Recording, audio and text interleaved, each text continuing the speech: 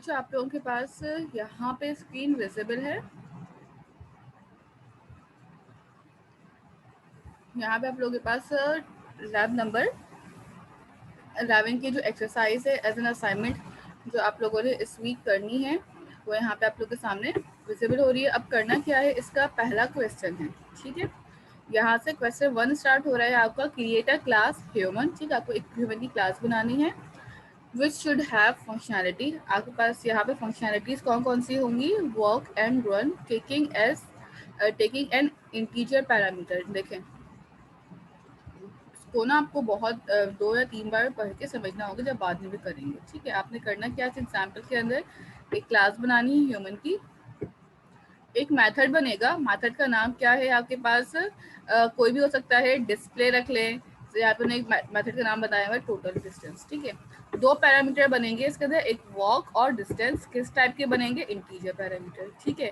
Math class कौन सी हो गई, ह्यूमन। मेथड हो गया टोटल डिस्टेंस, और आपके पास यहाँ पे वॉक एंड रन जो है उसके 2 पैरामीटर्स आ गए। Respective parameter to the distance, calculate and then output it on the screen.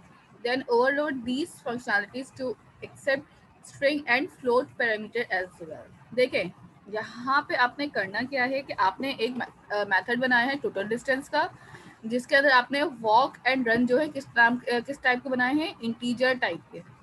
Same as it is आपने इसी मेथड को दोबारा बनाना है, ओवरलोड करना है, और उसके जो पैरामीटर्स होंगे अब वो क्या हो जाएंगे, पहले इंटीजर पास किए थे दोनों में, अब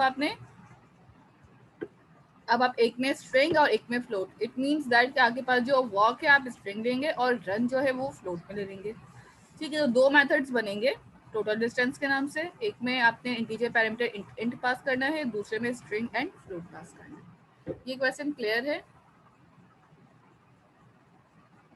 स्ट्रिंग में आप पास कर सकते हैं कि आई वॉक डेली, या I walk from here to there, इस टाइप का कोई मैसेज। और रन में आप बता सकते हैं कि आपने टोटल कितने किलोमीटर या कितने मीटर्स आपने डिस्टेंस को कवर किया है। टीचर लेंगे तो आप डेफिनेटली वॉक का भी बता देंगे टीचर वैल्यू कोई, और रन को बता देंगे कोई टीचर वैल्यू, ठीक है। यहाँ पे आसान है, इसमें कोई कंफ्यूजन है। ओवरलोडिंग होगी आपकी इस क्वेश्चन के अंदर।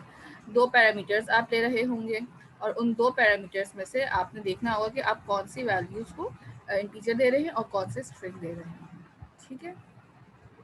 नहीं, इनहेरिटेंस नहीं होगी, ओवरलोडिंग में इनहेरिटेंस की नीड नहीं होती, ठीक है।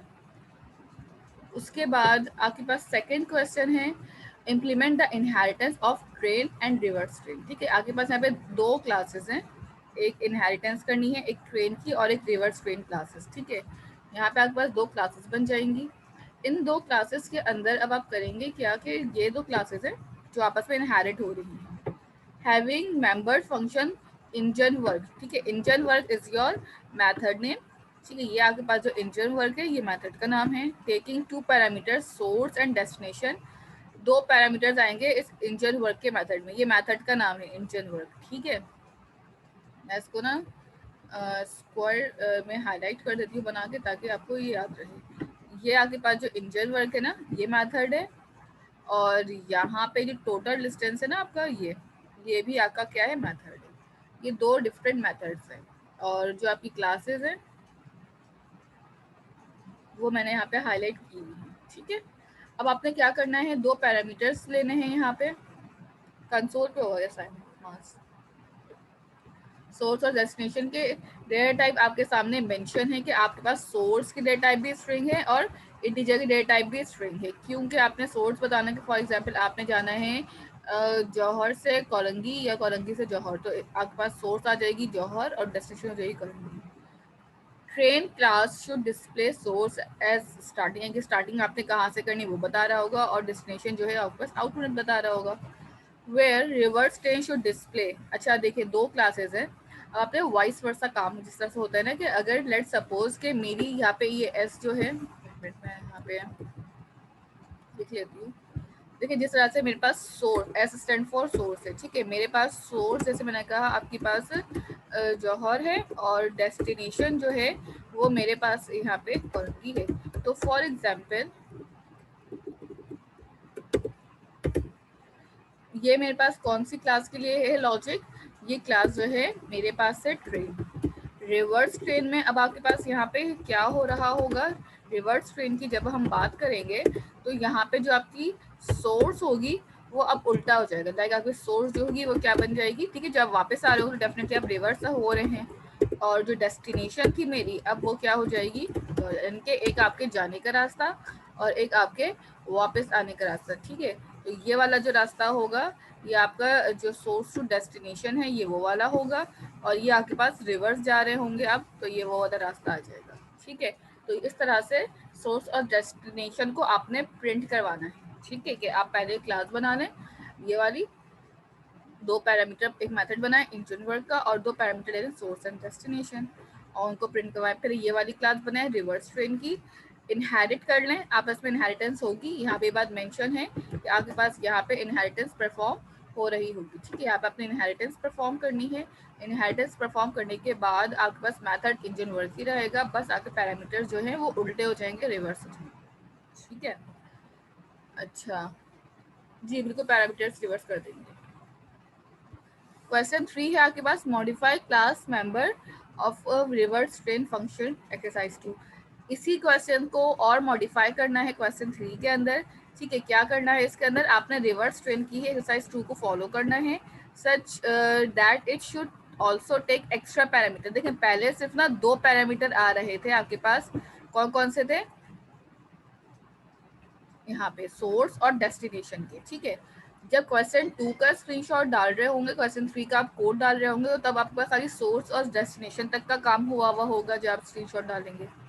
जब आपके पास क्वेश्चन 3 आप कर रहे होंगे तो इसी क्वेश्चन के अंदर आपने यहाँ पे कहीं एक और टाइम डिफाइन कर देना है, ठीक है। यानी कि मेरे पास यहाँ पे ना एक जर्नी टाइम भी आ जाएगा, तो एक टी का पैरामीटर भी यहाँ पे आप बना ले और टाइम डिफाइन कर दे कि जर्नी टाइम आने का कितना जाने का कितना लग रहा है और वापस आने का कितना लग रहा है, ठीक है। तो टी भी यहाँ पे आपका डिफाइन हो जाएगा कि टी में आपके पास कितनी होंगी, और डिस्प्ले कर दे आउटपुट एट कॉन्केटिनेट करके। यहाँ पे आपके पास कोई लिखा हुआ नहीं है कि आपके पास जो है कितने वो स्ट्रिंग टाइप का पैरामीटर है, इंटीजर टाइप का पैरामीटर, तो आप चाहें तो कॉन्केटिनेट कर सकते हैं डायरेक्टली स्ट्रिंग टाइप को भी या इंटीजर टाइप बना के, ठीक, कॉन्केटिनेशन कर देंगे अपने थर्ड पैरामीटर के साथ। ये भी आपके पास एग्जाम्पल वैसे ही है जिस तरह से ये ऊपर वाली, ये पहली वाली ओवरलोडिंग की है, दूसरी वाली आपके पास ओवरराइडिंग की है, और ये वाली भी जो है आपके पास ओवरराइडिंग की ही होगी, ठीक है। ये तीनों एग्जाम्पल आपने इसमें करनी है, ठीक है। एक एक्स्ट्रा पैरामीटर बस तीनों में ऐड कर दी, दोनों जो क्लासेस है उनके अंदर ऐड कर देना है, ठीक है। इसका आउटपुट क्या शो होगा, इसके आउटपुट में आप लिखेंगे सोर्स इज, जाहिर सी बात है आउटपुट कंपलसरी क्यों नहीं होगा, आउटपुट दिखाएंगे नहीं तो पता क्या चलेगा आपने कोड क्या किया है, आउटपुट क्या बन रहा है। आउटपुट में आप इस तरह से लिखेंगे, सोर्स इज, ये जो भी आपका एरिया है, डेस्टिनेशन इज, और जर्नी टाइम इज दिस, ठीक है। तीन टाइम बता दिया आपने। इसी तरह रिवर्स ट्रेन क्लास की हेडिंग लगाएंगे नीचे और लिख देंगे source is this, destination is this and time is this, that's it. यही करना होगा, सिर्फ प्रिंट करनी है चीजें इसके अंदर। स्ट्रिंग टाइप की लेना है स्ट्रिंग टाइप की लेना, टाइम को भी इंटीजर में इंटीजर लेकर आप प्रिंट वाले हार्ड कोडेड कर सकते हैं, क्योंकि यहाँ पे कहीं मेंशन नहीं किया आप क्वेश्चन में मैंने कि आपने यूजर से इनपुट लेना है या नहीं लेना, ठीक है। उसके बाद आपके पास यहाँ पे है implement operator overloading plus for the class reverse time, ठीक है। आपके पास यहाँ पे ऑपरेटर ओवरलोडिंग करनी है, कौन सी क्लास की, रिवर्स क्लास की। इसमें से आपने क्या करना क्या होगा कि आपने पहले ये ओवरराइडिंग के लिए क्वेश्चन सॉल्व किया है, ठीक है। अभी तक आपने जो ये क्वेश्चन बनाया है ना वो ओवरराइडिंग के लिए बनाया है। अब इसी क्वेश्चन को मॉडिफाई करना है इस क्वेश्चन के साथ, उसमें क्या करनी है आपको, ऑपरेटर की ओवरलोडिंग। कौन सा ऑपरेटर है मेरा, प्लस का। इनहेरिटेंस अब इस क्लास में से रिमूव कर दें, इट मीन्स कि आपने सिर्फ और सिर्फ किस क्लास के लिए काम करना है, रिवर्स ट्रेन के लिए काम करना है। इसमें जो ट्रेन की क्लास इनहेरिट हो रही होती है ना वो यहाँ पे आके आप रिमूव कर दीजिए, चाहे तो दोबारा बना लें या चाहे तो रिमूव कर दे उसी के अंदर से। रिमूव करने के बाद it should return an object whose source is taken from first parameter and destination is taken from second parameter and total distance as sum of both। ये बिल्कुल एज इट इज वैसे ही होगी जिस तरह से आपने अभी अपने पास प्लस ऑपरेटर की ओवरलोडिंग की थी एक ही क्लास बना के, ठीक है। उसके अंदर आपने दो कंस्ट्रक्टर बनाए थे और एक डिफॉल्ट था और एक पैरामीटराइज था और उसके अंदर आप काम कर रहे थे, एज इट इज वैसे ही एग्जाम्पल है। प्लस वाले ऑपरेटर की। आपने क्लास बनानी है सिंपल रिवर्स स्ट्रिंग की। आप इस तरह से अगर देखें तो ये मेरे पास एक क्लास है, इसके अंदर आपने दो पैरामीटर्स बना लिए। वहाँ पे हम कैल्क 1 कैल्क 2 ले रहे थे। यहाँ पे अपने पास आप ले लें सोर्स और डेस्टिनेशन, ठीक है। और उसके बाद आपने टोटल करना है। यहाँ पे टाइम का भी कोई काम नहीं करना, टाइम वाला पैरामीटर भी आप रिमूव कर देंगे। और टोटल डिस्टेंस जो मेरे पास मेथड बना हुआ है उसके अंदर आपने सम कर देना है दोनों को, जैसे आप ऑपरेटर प्लस वाले में कर रहे थे ना ऑपरेटर ओवरलोडिंग के अंदर, वैसे ही आप इसको भी यहाँ पे सम कर देंगे। इस क्वेश्चन में कोई कंफ्यूजन है तो पूछ लीजिए।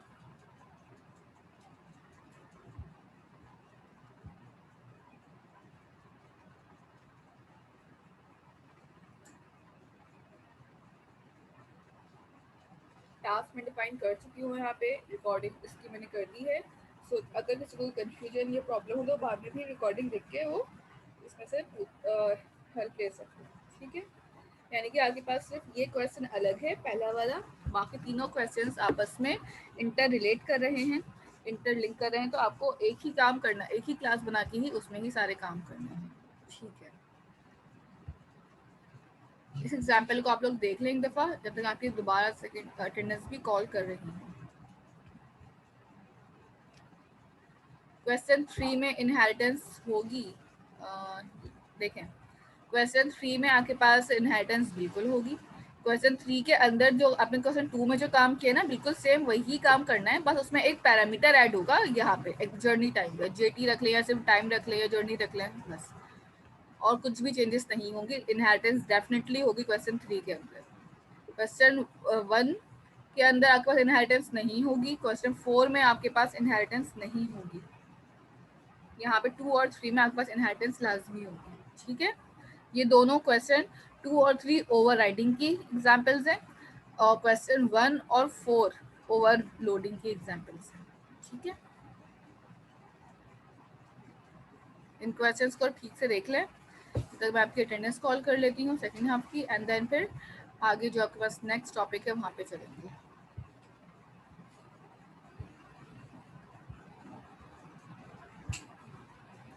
अम्मार,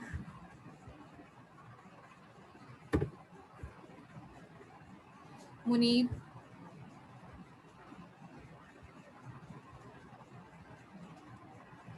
अम्माद,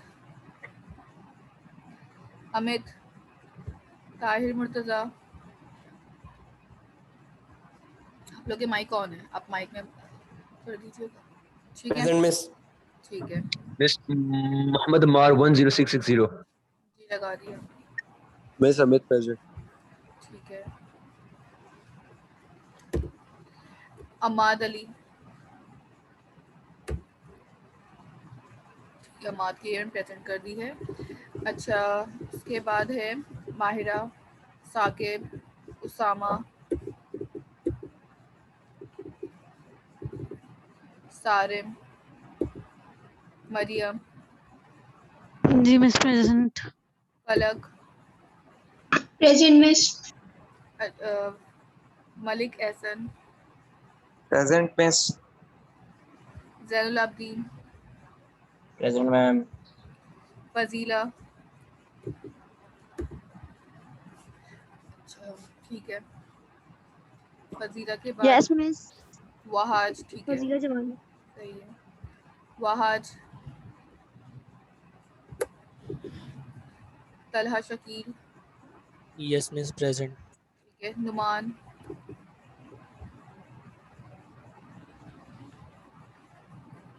मोहम्मद अली फैजान, प्रेजेंट। ठीक है। शाहमीर, हमजा अली, एमन यासीन, माज, प्रेजेंट मैम। ठीक है। माज, तलहा सईद, शहीर, प्रेजेंट। ठीक है। उजैर, ठीक है। एब्सेंट स्टूडेंट्स के मैं नाम कॉल कर रही हूँ। एब्सेंट स्टूडेंट्स जो हैं आपके पास सबसे पहले हैं माहिरा, साकिब, सामा, राइफ, मिस सारिम जी, मिस मायरा ने मैसेज करके बताया था कि रात को कि वो किसी इमरजेंसी में है और उसको किसी इंटरव्यू में भी जाना है, तो उसने मिस बताया था, तो ये काइंडली देख लें आप। उज़ैर, ये वो स्टूडेंट्स है जिनकी आपके पास अटेंडेंस एब्सेंट मार्क है। अली आपकी प्रेजेंट है, माज आपका भी मैंने कर दिया है, ठीक है। अच्छा अच्छा अच्छा मिस 10937 की भी बता दें। नीब आपकी प्रेजेंट है ना? Okay miss, thank you. कुछ आपके प्रेजेंट मार्क कर दिए, इसलिए आपका नाम कॉल लिया।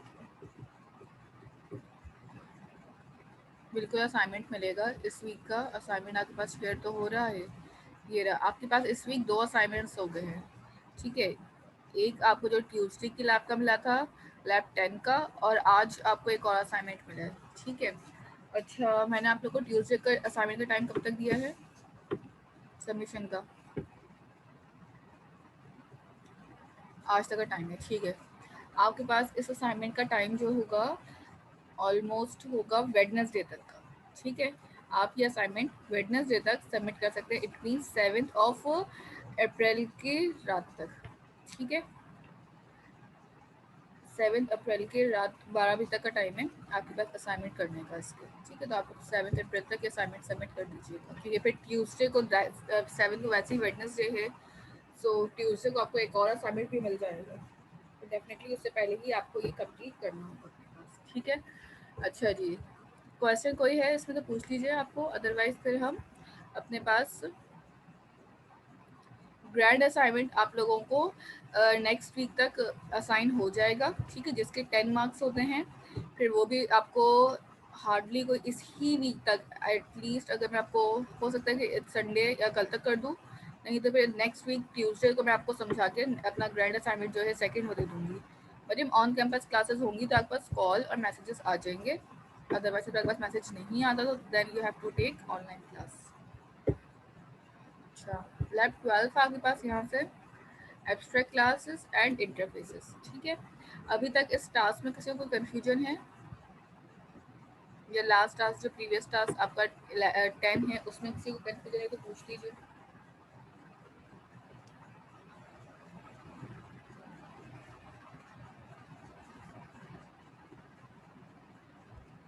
ठीक है,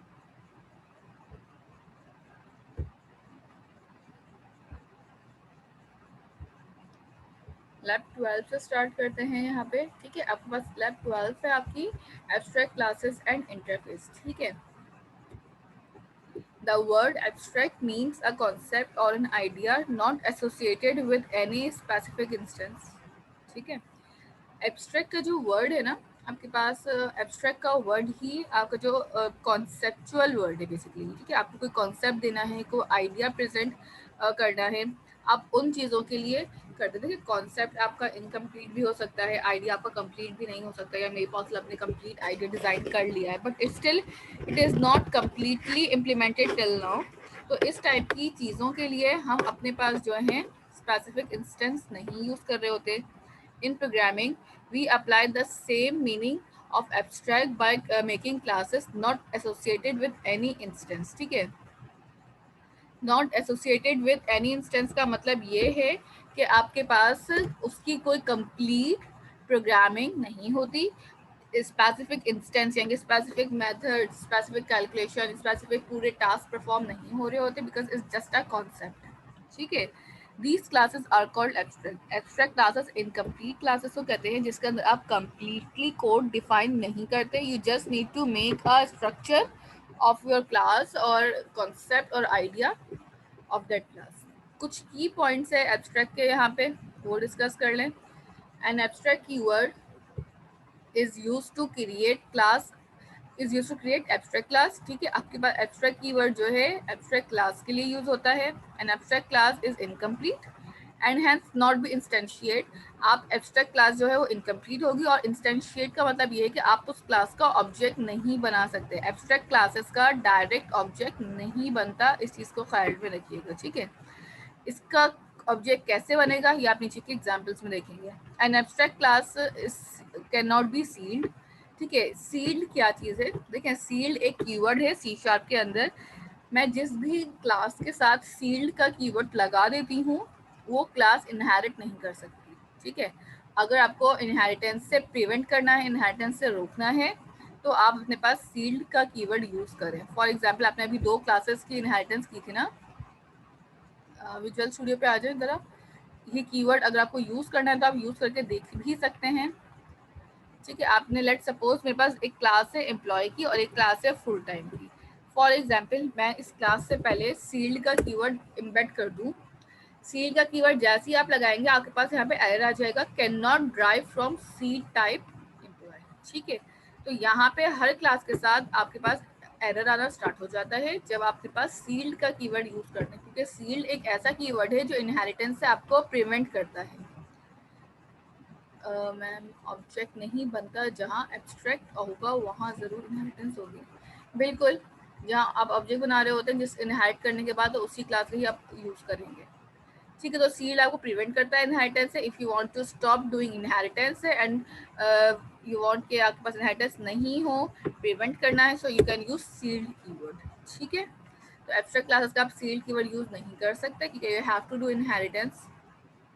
एंड एब्स्ट्रैक्ट क्लास में contain abstract members, for example methods, properties, ठीक है। आप सब चीज़ें बना सकते हैं, प्रॉपर्टीज भी बना सकते हैं, मेथड्स भी बना सकते हैं, इवेंट्स यानी कि ऑन क्लिक कैसे इवेंट्स वगैरह होते हैं, आप इस टाइप के कोई भी काम कर सकते हैं। बट नॉट मैंडेटरी, ज़रूरी नहीं है कि आप सारी चीज़ें बनाएं। कोई एक भी चीज़ बना दी, मेथड बना दी, सिर्फ प्रॉपर्टीज बना दी सिर्फ, तो भी काम हो जाता है। Non abstract class, non abstract class का मतलब क्या है, जो कि आपके पास क्या होगी, drive from N abstract class, must be provided implementation of all inherited abstract class member. देखें, एक क्लास तो आपके पास ये होगी एब्स्ट्रैक्ट। एब्स्ट्रैक्ट क्लास जब इनहेरिट होके चाइल्ड क्लास के पास जा रही है, ड्राइव क्लास के पास जा रही है, तो जितने भी इनकम्प्लीट काम, जितने भी इनकम्प्लीट चीज़ें आपने छोड़ी होंगी इस एब्स्ट्रैक्ट क्लास के अंदर, वो सारी चीज़ें आपको अपनी चाइल्ड क्लास के अंदर डिफाइन करनी होंगी। Otherwise it will create an error, you haven't defined such kinds of members of your abstract class. If the class does not wish to provide implementation for all abstract members inherited from the abstract class, then the class has to be marked as abstract, ठीक है। अगर आप class के अंदर पूरी complete implementation perform नहीं करना चाहते, देन आप क्या करेंगे, इसको क्लास को एब्स्ट्रैक्ट मार्क कर दें, ठीक है। कि मैं इस क्लास के अंदर अभी पूरी कंप्लीट इंफॉर्मेशन नहीं प्रोवाइड करना चाह रहा, मैं अपनी इंफॉर्मेशन पूरी कंप्लीटली हाइड करना चाहता हूँ या अपने पास हाफ इंफॉर्मेशन प्रोवाइड करना चाहता हूँ, then I can use with this keyword, ठीक है। एब्स्ट्रैक्ट, एब्स्ट्रैक्ट एक कीवर्ड है यहाँ पे, ठीक है। यहाँ पे आपके पास एग्जाम्पल शो हो रही है जिसके अंदर लिखा है पब्लिक एब्स्ट्रैक्ट क्लास कस्टम, ठीक है। एब्स्ट्रैक्ट कीवर्ड यूज किया है तो इसके अंदर बनने वाले सारे मेथड्स भी एब्स्ट्रैक्ट होंगे, ठीक है। अगर आप चाहें, लास्ट पॉइंट में देखिए ये कहा गया है कि अगर आपको पूरी कंप्लीट इम्प्लीमेंटेशन नहीं देनी, कंप्लीट इंफॉर्मेशन का मतलब क्या है कि आपको पूरा मेथड डिफाइन नहीं करना, पूरी कैलकुलेशंस परफॉर्म नहीं करनी, जस्ट मेथड का नाम लिख के डिफाइन करके आपने छोड़ देना है, तो उन जगहों पे आप अपने पास यहाँ पे एब्स्ट्रैक्ट यूज कर रहे होते हैं कीवर्ड को, ठीक है।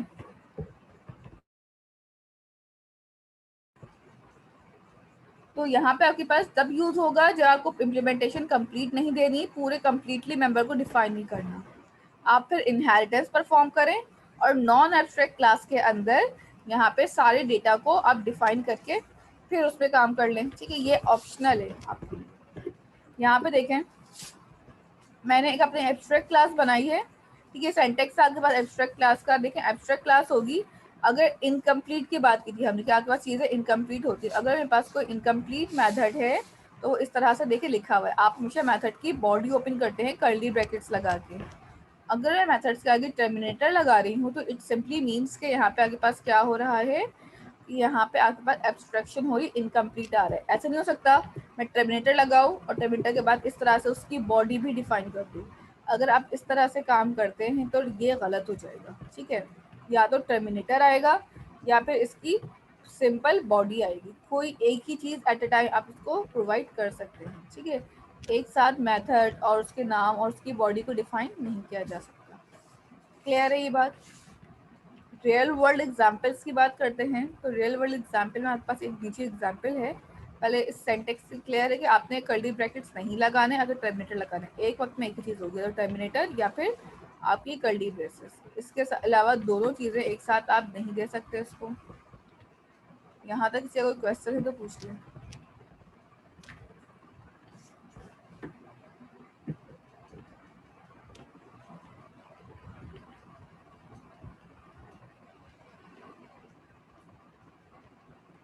ठीक है, नेक्स्ट आपके पास यहाँ पे आ जाता है रियल वर्ल्ड एग्जाम्पल्स के। रियल वर्ल्ड एग्जाम्पल्स आप किस तरह से परफॉर्म कर सकते हैं। अच्छा, रियल वर्ल्ड एग्जाम्पल्स परफॉर्म करवाने के लिए हम यहाँ पे अपने पास एक एप्लीकेशन क्रिएट कर लेंगे विजुअल स्टूडियो पे, और फिर वहाँ पे हम इस एग्जाम्पल को खुद से परफॉर्म करके अभी देखना स्टार्ट कर देंगे।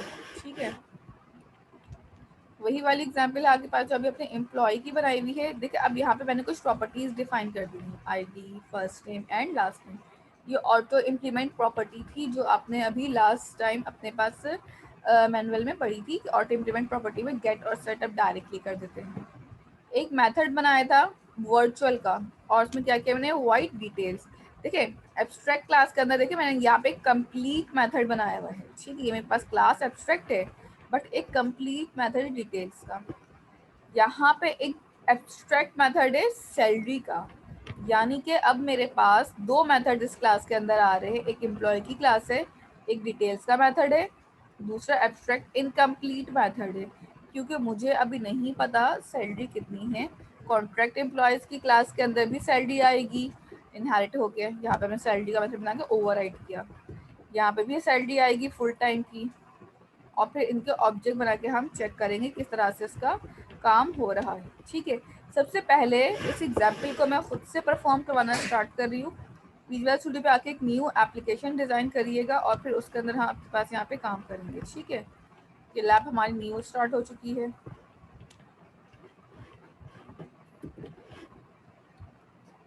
ठीक है, यहाँ पे आ जाएं, और यहाँ पे आने के बाद आपके पास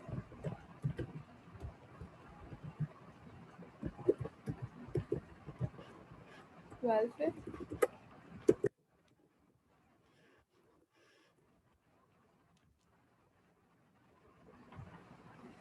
देखिए एब्स्ट्रैक्ट क्लास की प्रॉपर्टी क्या, abstract class contain both incomplete and complete methods. ठीक है, अगर मैं चाहूँ, मेरे पास एक लेट सपोज मैंने यहाँ पे क्लास बना ली एम्प्लॉय वाली, जिस तरह हमने लास्ट टाइम बनाया था।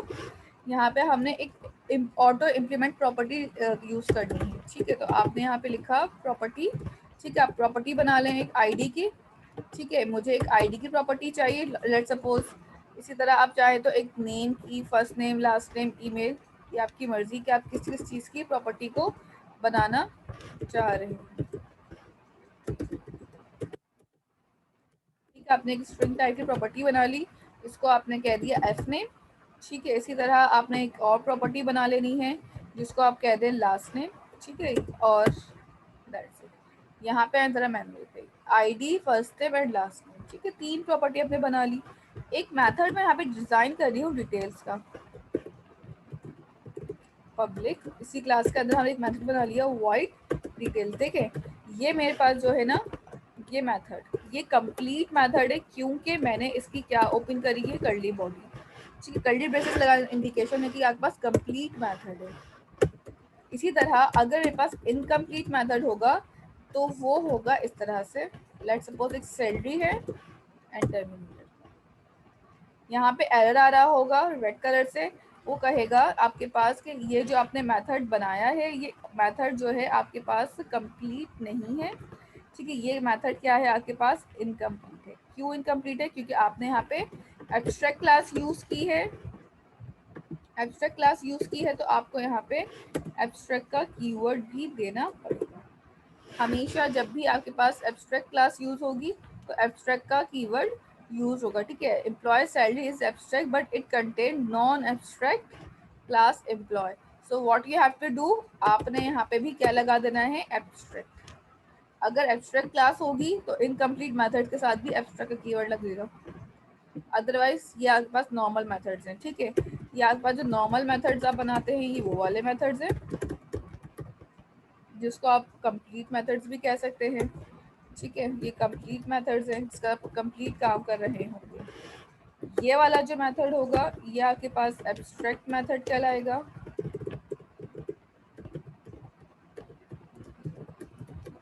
ये आपके पास इनकम्प्लीट मेथड कहलाएगा, क्योंकि इसके अंदर कोई आप इम्प्लीमेंटेशन नहीं कर सकते, इसके अंदर कोई काम नहीं कर सकते।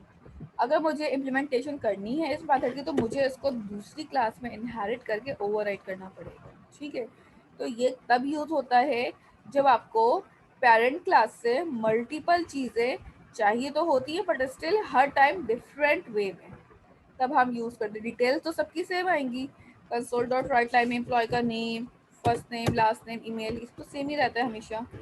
ठीक है, तो आप वैसे ही आप एक मैसेज लिख लें इसमें और कॉन्केटिनेट कर दीजिएगा एफ नेम से। ठीक है, इसी तरह आपने लास्ट नेम के लिए भी कर लिया। ठीक है, ये वाले काम तो आपके सेम है। अब आपने करने क्या है कि अगर मुझे इनहेरिटेंस करनी है तो